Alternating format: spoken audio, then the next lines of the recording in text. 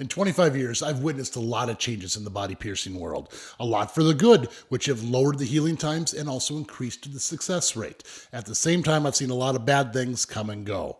From 1995 to 2020, these are the changes. Fashions and trends come and go. It's a good thing that piercings aren't as permanent as, let's say, tattoos.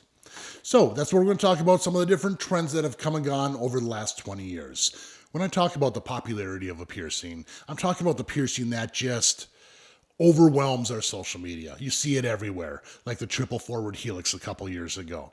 Well, 25 years ago, that was the navel and the tongue piercing. It seems like everyone had their navel or their tongue pierced, of the piercing enthusiasts. And then once that started dying out, we started seeing some eyebrow and nostril piercings, which were pretty fun. And the trend for the nostril seemed to be get it as small as possible so no one can really see it. I'll never understand that one.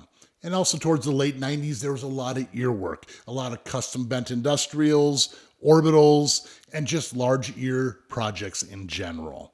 In the early 2000s, we started getting into a lot of surface work. What I mean by that is like the nape of the neck, the back of the neck. You would see surface bars. This is what a surface bar looks like. And once the dermal anchor came into play, the surface bars pretty much went bye-bye. So dermal anchors had a pretty good run. They had about 10 or 15 years, and now we're starting to see a little bit of a decline in how many we're doing of those. Today, what we see the most of are probably nostrils and nipples, and coming up right behind is earlobes again. Back to the basics. One of the major changes we had with body jewelry is the transition from surgical steel to a titanium. We only used to use surgical steel. Now we pretty much only use the titanium. No one's allergic to it. It's lighter and it can be anodized. Another good option is going to be niobium, and we also use 14 karat and 18 karat gold. We've pretty much stopped using plastics. Once in a while, you might see a plastic or an acrylic in a retainer, but mostly you're going to see silicone now. Silicone's a softer, more comfortable, and no one has reactions to it.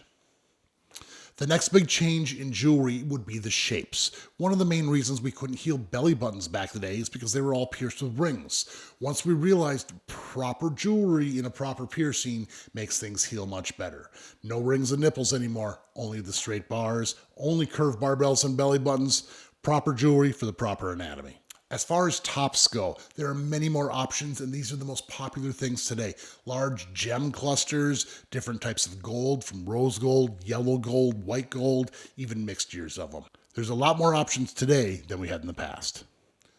It's not just the body jewelry that's improved over time. The needles have drastically gotten better. They're much longer bevels, extremely sharp. A lot of them are even Teflon coated, which makes for a much, much smoother piercing.